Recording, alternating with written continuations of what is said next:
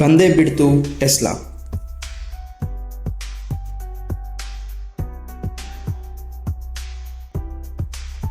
ನಮಸ್ಕಾರ ಸ್ನೇಹಿತರೆ, ಮಂಗಳವಾರದಂದು ಮುಂಬೈನಲ್ಲಿ ಟೆಸ್ಲಾ ಶೋರೂಮ್ ಓಪನ್ ಆಗಿದೆ.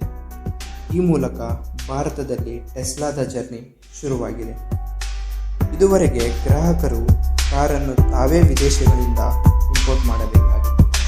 ಆದರೆ ಇನ್ನು ಮುಂದೆ ಟೆಸ್ಲಾ ಕಂಪನಿ ಇಂಪೋರ್ಟ್ ಮಾಡಿ ಸ್ವತಃ ಶೋರೂಮ್ನಲ್ಲಿ ಮಾರಾಟ ಮಾಡುತ್ತದೆ.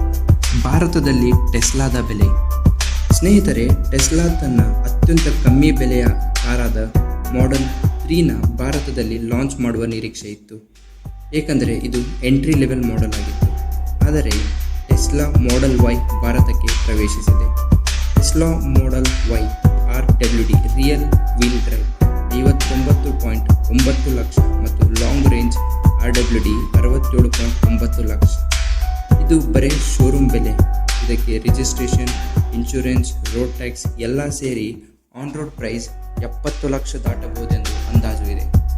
ಯಾಕೆ ಇಷ್ಟು ದುಬಾರಿ? ಸ್ನೇಹಿತರೆ, ನಿಮಗೆಲ್ಲ ಗೊತ್ತಿರೋ ಹಾಗೆ ಭಾರತದಲ್ಲಿ ಈ ಕಾರುಗಳು ತಯಾರಾಗುತ್ತಿಲ್ಲ.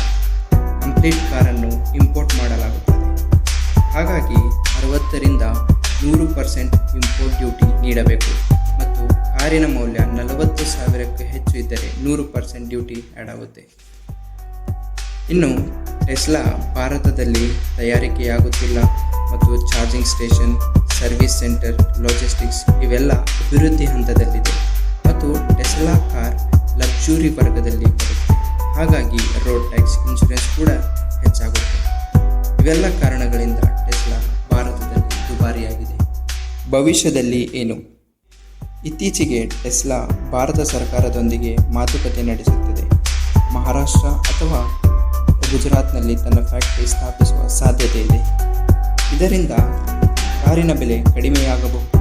ಭಾರತೀಯರು ಕಡಿಮೆ ದರದಲ್ಲಿ ಟೆಸ್ಲಾ ಕಾರು ಸವಾರಿ ಮಾಡುವ ಸಾಧ್ಯತೆ ಇದೆ.